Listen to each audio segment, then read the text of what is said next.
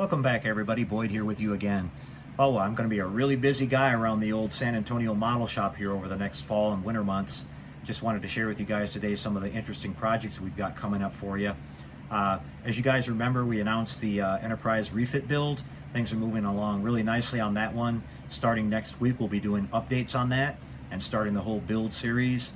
I went back and looked at how long it's been since I did one of those, and it surprised me to find out it was almost 10 years ago. So as a lot of modelers do, you learn things as you go along. So I've learned a lot since the last time we built one of those, and we want to do a really nice updated build series for you guys. As I mentioned, using all the latest and greatest things that I can find that are out there for the kit. Everything from electronics to aftermarket parts, 3D printed parts, photo etch parts. I've got a brand new masking set coming in from the good folks at Mask Design. We'll be showing you that here in the next couple of days. I'll be giving you my thoughts on working with that all the way through the build series, so I'm really excited to get going on that. I've got to get that guy done in time for a model show here in October 2023. We talked about what's going to be going on with that, with Paul Olson doing some painting on it and raffling that away at our model show. So that's going to be really fun and challenging to get it done, but I'm really confident we'll make that happen. So you guys can look forward to that. Now, one of the big things that you guys are going to be interested in hearing about, I'm sure, is that it's the much awaited return of the 72-inch Starship Enterprise build, you guys. My apologies for the long time coming about updates on that. I really couldn't talk about it too much because we were working on some internal things. As I mentioned you guys from the very beginning on that, when I got that kit, I realized it was a once-in-a-lifetime opportunity, like a childhood dream of mine to be able to build such a fantastic model. How many times do you get to build a 6-foot Enterprise? You know, my favorite ship from the original series. So I really wanted to go all out and do everything as best as I possibly could. And we wanted to do everything, you know, to the highest quality. I didn't want to cobble together like a wood or, you know, made out of copper pipes, internal armature. We wanted to do something really nice, like I said, that would keep the model together for generations to come, and kind of like a real museum quality model build. So I'm happy to announce that we've been able to move forward on that finally. When the pandemic came through, it set everybody back. I've got several people that are helping me with that project, and it kind of set us all back, but the team has been working really hard on that, and we've come up with a beautiful design, and the parts have now been made for our internal armature support, which I think you guys are going to be amazed when you see it. It's just super high quality and really, really nice, and it's a model like that deserves that kind of treatment. So we'll be moving forward with regular updates on that. It's going to be awesome. The plan is to get that model as well built and on display at the model show in October. So I think it'll be a really cool attraction for you guys to see. And you know, you don't get to see a 6-foot Enterprise that often, so that should be pretty cool, you guys. So again, thanks for being really patient on the updates about that one. The other cool thing I want to share with you guys is I'm happy to be working with the good folks over at DeAgostini Collectibles. I'm going to be doing a brand new build series starting this weekend on this beautiful 1/8 scale Ford GT40 model kit. Now, you guys know I'm sort of a car guy as well as a sci-fi guy. I've built some sci-fi and car models here on the channel for you guys, and I'm a big fan of the GT40, so I was really excited when DeAgostini made the offer for me to build this kit here on the channel for you. I'm going to be doing an honest evaluation of the kit all the way through the build, sharing what my thoughts are about it. But these kits are really wonderful because they give people an opportunity that don't have the facilities to do painting and gluing and things like that. You know, I kind of take that for granted here in my shop because I'm all set up. But there's a lot of people out there who like to do model building that don't have all the resources that you normally do. You know, it's not always, you don't always have an area in your house or whatever where you can paint or glue or even have the space to do it. So these kits are unique in the fact that they come pre-painted. They're very, very high quality, very detailed. They're fairly easy to assemble. You get a really easy step-by-step guide. They come with some really awesome features as far as the detail goes. There are electronics, which are really easy to install and understand. Things like working headlights, taillights. I believe this even has an engine sound. The DeAgostini quality has just been outstanding. I've always been a big fan of their products, starting with the Millennium Falcon kit that they introduced years ago, which I wish I would have got one of those, but you know, hindsight's always 20/20. Maybe they'll release the kit again and I'll have another opportunity, but really excited to get going on this. We got the first parts packs that came in, parts pack 1 and 2. So these come in, I believe, monthly. So we'll be giving you monthly updates on that build until we're all the way through the whole thing. So hope you guys will tune in and check that out. Really cool stuff coming up for you guys. I wanted to update you guys a little bit more on the model show. The plans are coming along really nicely for that, you guys. I want to say a big shout out to everybody that stepped up to help. It's just been an overwhelmingly positive response. I can't say how much I appreciate that. We've had several people step forward, offer to help, and people that are professionals in their area. We should be able to put on a really good show.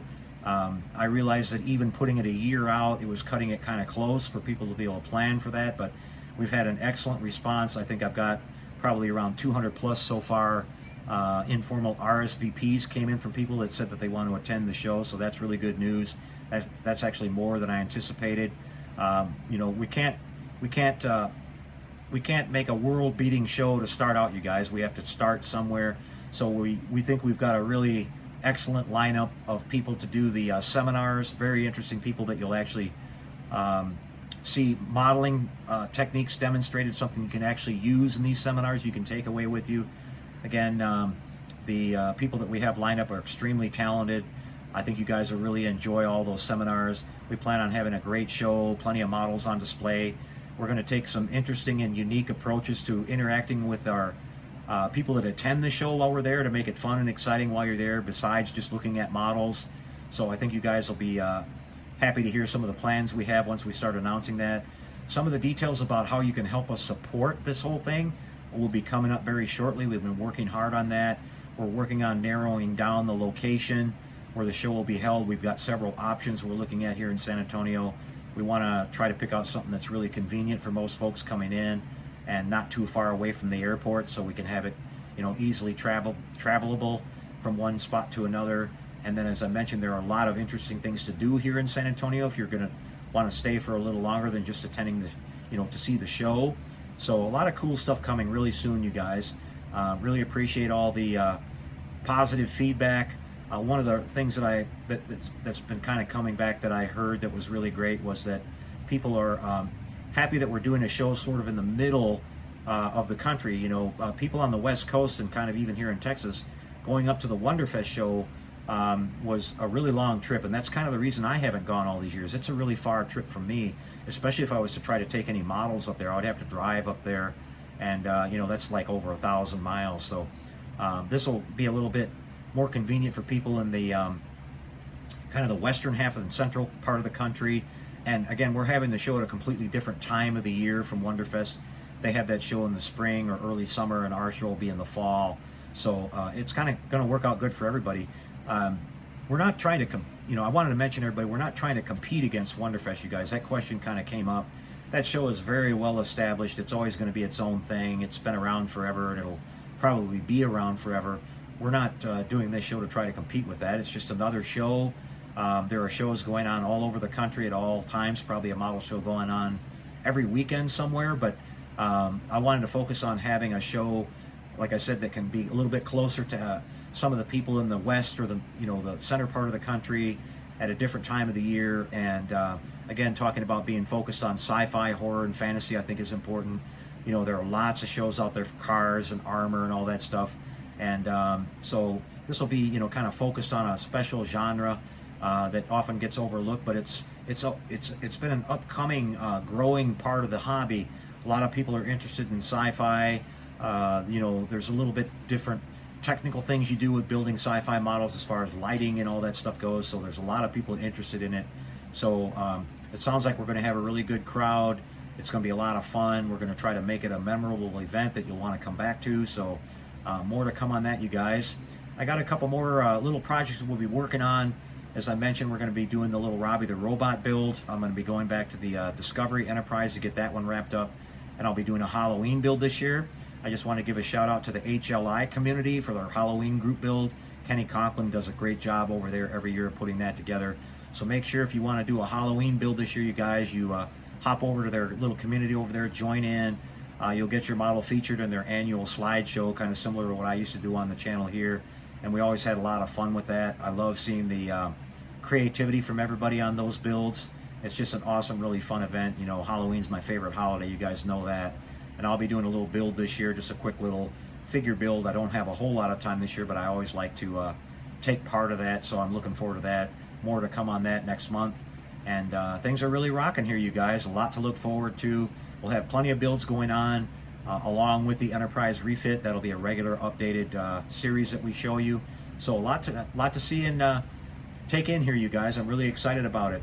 Hope you guys will tune in. We'll see you next time, everybody. Take care and happy modeling, everyone.